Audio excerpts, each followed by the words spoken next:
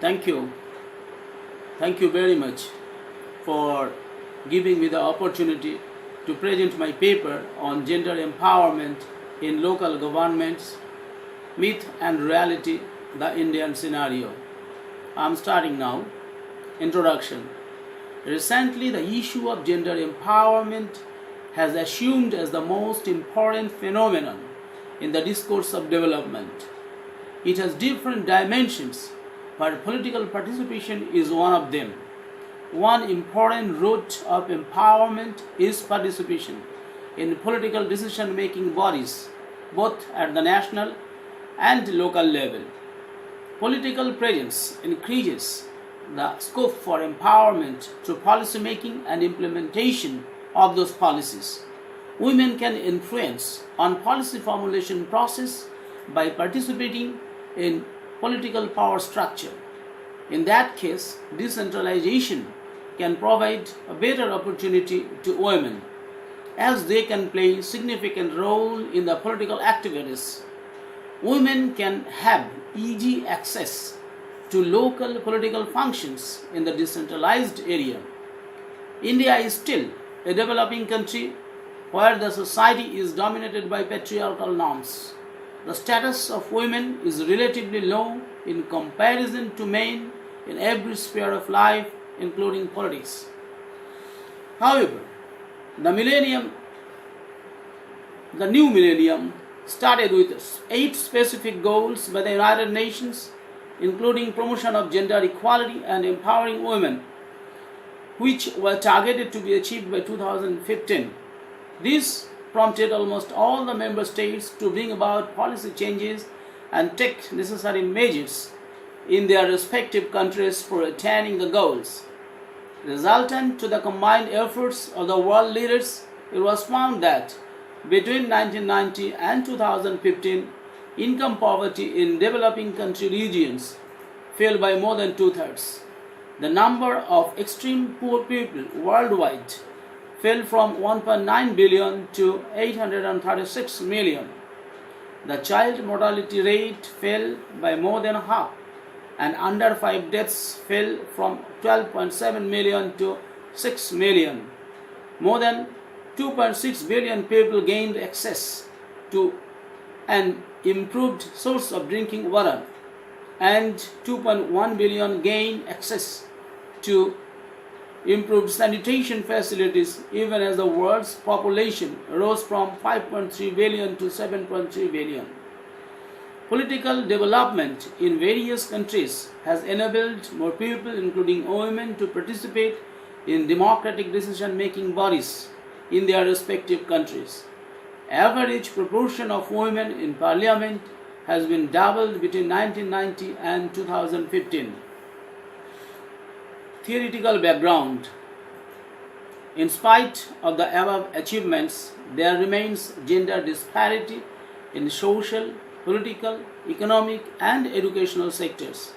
Although women comprise over 50% of the world's population, they continue to be underrepresented as voters, leaders, and as elected officials, including at local level.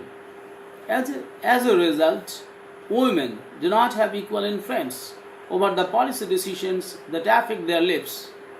On the other hand, the Human Development Report 2015 points out that globally women earn 24% less than men and hold only 25% of administrative and managerial positions in the business world, while 32% of businesses have no women in senior management positions. Women still hold only 22% of seats in single or lower houses of national parliament. Though the proportion of women has been increased manifold in their national parliaments, still only 1 in 5 members is a woman. In every country, women are more likely to live in poverty than their male counterparts. Besides, in 85% of the 92 countries with data on unemployment rates by level of education for the years 2012 to 2013, women with advanced education have higher rates of underemployment and unemployment than men with similar levels of education. Despite continuous progress, the world still has far to go towards equal gender representation in private and public decision making. Thus, it is evident that a wide hiatus exists between men and women in the post World War era, which throws a major challenge to achieving sustainable development goals. Despite the enactment and implementation of various international laws, conventions, charters, etc., the degree of discrimination between women and men in rural and urban areas become more visible. Since the Fourth World Conference on Women in Beijing, held in 1995, more than 2 decades have been passed, but the status of women has not changed much. Today, despite considerable progress, the platforms envisioned gender equality in all dimensions of life is still an unfinished agenda. Women earn less than men and are more likely to work in poor quality jobs. A third suffers physical or sexual violence in their lifetime. Gaps in reproductive rights and death care leave 800 women dying in childbirth each day. India, immediately after attainment of independence, conferred franchise to all its adult citizens, irrespective of caste, creed, color, and sex. While in the USA, it took nearly 200 years, but the franchise was extended beyond propertied males to all white males in the 19th century, then to women in the early 20th century, then to African Americans in the South in the 1960s, and finally to young people aged 18 to 20 years in 1971. Though the government of India granted franchise to all its adult citizens, the majority of the citizens were excluded from decision-making bodies. This prompted some critics to say that India is relatively a centralized state and unwilling to devolve power to lower governments. Over the years, as democracy has spread, numerous mobilized groups in India have demanded further redistribution of power. The growing demands for strengthening democracy by decentralization of powers and ensuring people's greater participation, especially of women, in local governments have been relatively neglected till the 90s of the previous century. The elected people's representatives in the union government have been maintaining a delicate balance between the forces of centralization and decentralization. But the balancing game could not be played for a long time. Continuous pressure began to erupt from various quarters on the union government for the enactment of reservation of seats for women. The government of India also simultaneously constituted various commissions and committees to study the hitherto neglected segments of society. The Community Development Program and the National Extension Service were introduced by the central government in 1952. Further, the Planning Commission of India appointed a study team under the leadership of Balbant Rai Mehta in January 1957 to review the working of the Community Development Program and the National Extension Services. In 1977, another committee led by Ashok Mehta was appointed by the government with a fresh look to rejuvenate the existing local governments and to pinpoint the weaknesses of the system.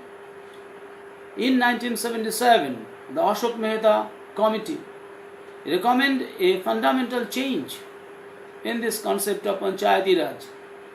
It asked for transformation of the Panchayat from an implementing agency to a political institution. Another two committees under the chairmanship of G. V. K. Rao in 1985 and L. M. Singhvi in 1986 were appointed to look into the administrative aspects of Panchayati Raj institutions.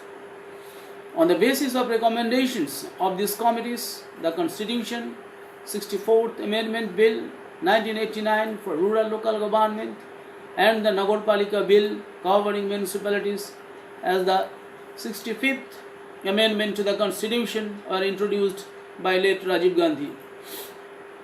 But due to various reasons, the bills could not see the light of implementation. Finally, the Union government, led by the then Prime Minister P.V. Narasimha Rao, passed the 73rd and 74th Constitution Amendment Acts in 1992, ushering a new era in the local governance in India. The enactments of the 73rd Constitution Amendment Act and the subsequent state-wise Panchayati Raj Acts in India have brought to front line the significance of grassroots democratic process. This change in the Indian political system is the result of a growing conviction that the big government cannot achieve growth and development in a society without people's direct participation and initiatives. Though the 73rd Constitution Amendment Act through the 73rd Constitution Amendment Act, 1/3 seats were reserved for women, including certain backward communities like the scheduled castes and scheduled tribes, for the first time in the three-tier Panchayati Raj institutions, and thus lay the foundation for their participation in decision-making process at the rural local bodies. This paved the way for about 1 million women to get elected to the Panchayati Raj institutions in India in every 5 years. Further, the 74th Constitution Amendment Act made it compulsory to formulate separate municipal act in state governments in line with the union law and reserved 33% seats for women, including scheduled castes and scheduled tribes. These two acts were the most important political intervention by any government in anywhere in the world aiming at gender empowerment through political participation. Thus, the Twin Amendment Acts launched a statutory and concrete journey of women's political empowerment in India. But mere formulation of acts is not sufficient, it needs proper implementation. Therefore, how far the elected women representatives are participating in various decision-making bodies and implementation of various welfare schemes became a matter of research. Thank you.